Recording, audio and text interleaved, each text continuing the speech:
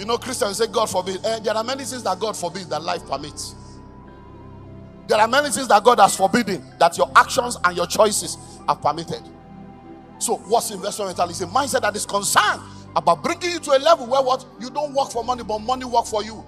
So if you spend your life laboring and then you are saving and investing and you are putting structures in place for cash flow, you will get to a point where whether you work or not, the investments you have made, the assets you have acquired will continue to produce cash flow, so that even when you are sleeping, money is working for you.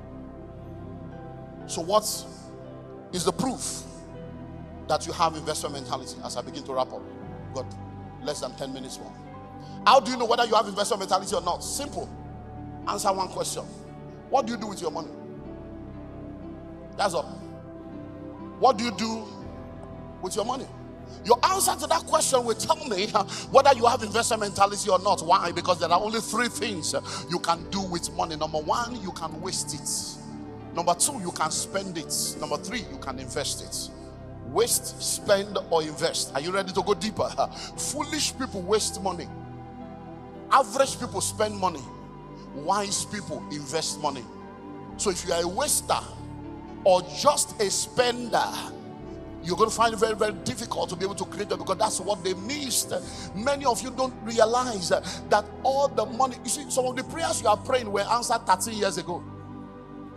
So the prayers you are praying are expired prayer. Oh Lord, make me a millionaire. You're already a millionaire in multiple fold. Do you know that for many of you sitting down here right now, in 2017, over 1 million went through your hand? Which one do you have left? Because you did not see 1 million once, you did not know that cumulatively over 1 million has already passed through your hand. Yet you are praying to be a millionaire, whereas 7 years ago you were already a millionaire. Why? Because we don't take time to have a documentation of our income and our expenditure. And when you don't have this documentation, you won't be able to know how to manage your life effectively. Because once your expenditure is greater than your income, your upkeep becomes your downfall. And many of us don't understand that money is tripartite. Money is the spirit. Money has a soul. Money lives in the body. The spirit of money is mammon. The soul of money is value. That's what runs the market forces. The body of money is currency. That's the paper in your pocket. Money has a past. Money has a present.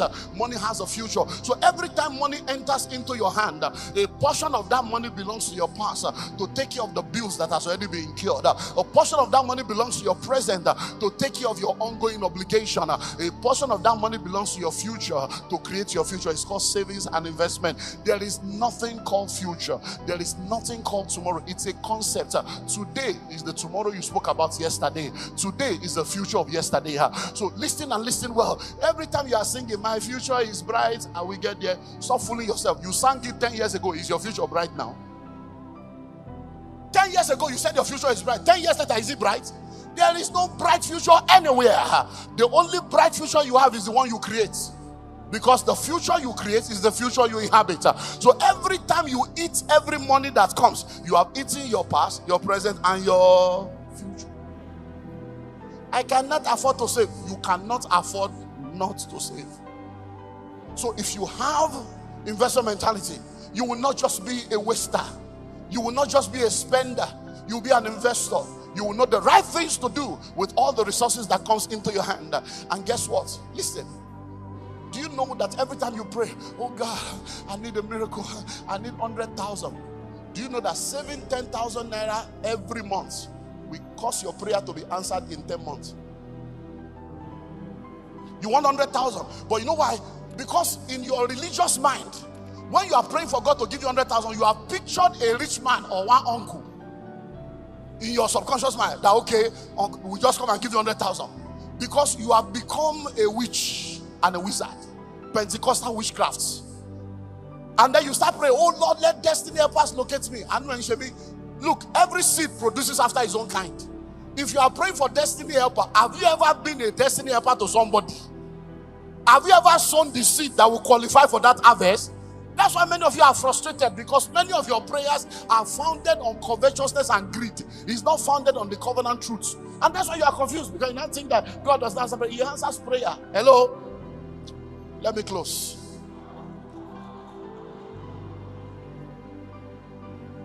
I have 4 minutes more. Let me close.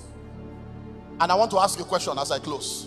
Any other thing you need Go to the book stand, get the books, get my materials. Go to my social media platform, Instagram, whatever. Go to my YouTube channel, get as many as you can get. But I close by asking you a question. How will your death be announced? Let me ask your neighbor, how will your death be announced?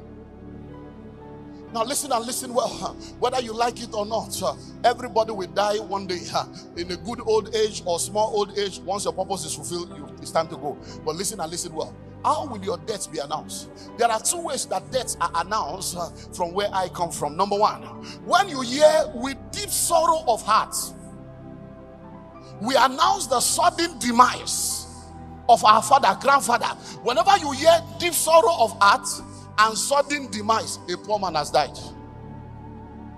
Because the death of a poor man is always with deep sorrow, and it is always sudden. Even at 82, or sudden. Because they are still waiting for Papa to blow. They are still waiting for Papa to break through. So at 83, sudden. It's poverty. When you go to the burial, you will discover that there will be a widow with maybe like 6 or 7 or 8 children.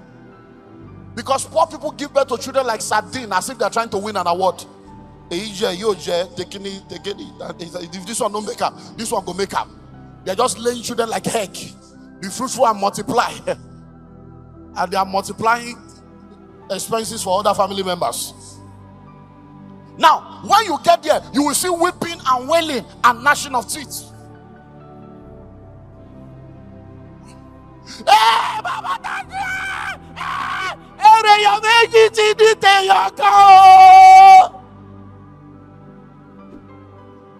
Every time you see those kind of tears, a poor man has died.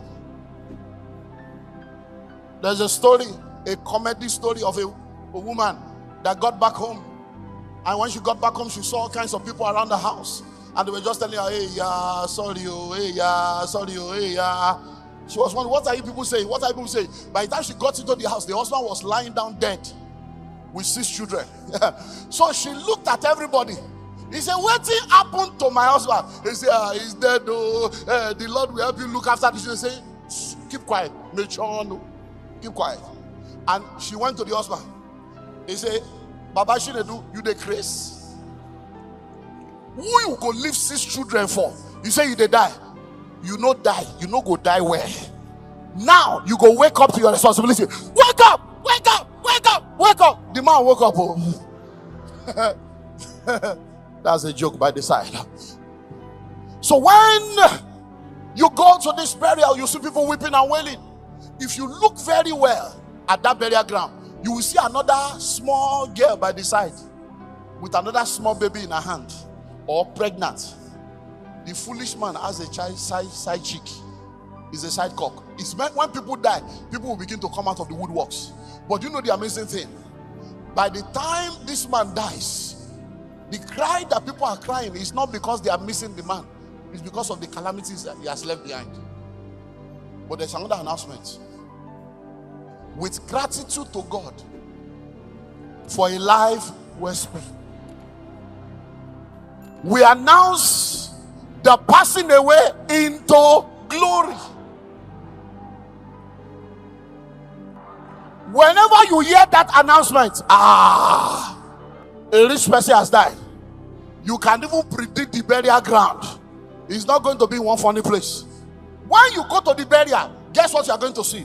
You are going to see a woman, elegant, global babe, global mama, designer suits, police eyeglasses, Louis Vuitton shoe, Fellini bag, and Gucci silk handkerchief.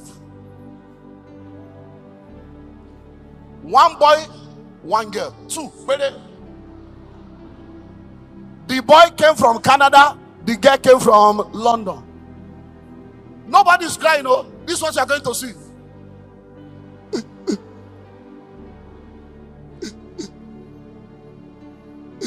Makeup intact, everything intact. There is no crying anywhere. Cry for what? The man has lived a good life.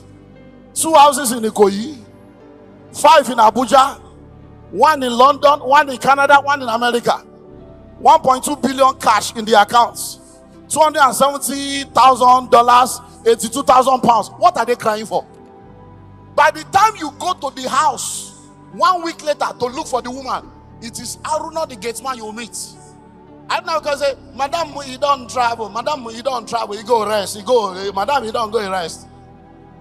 But for that other one, they will carry the woman and take her to the village, shave her head, say, come and drink dead body water because you killed our son. Person where poverty kill, they go say, now your wife kill her. Waiting there in body, where person they kill. I hear people say, hey, they are using my glory. Ogo will don't take. Which glory? They are using your glory. Which glory? If your glory help you, you will be like this, that somebody is stealing your glory. So how will your death be announced? I pray for you, you will die well. You will not die before your time. You will fulfill purpose. You will affect your generation. You will be the best version of yourself, and you will be all that God wants you to be. With these few points of mine, I hope I've been able to convince you and not confuse you. God bless you. Bye for now.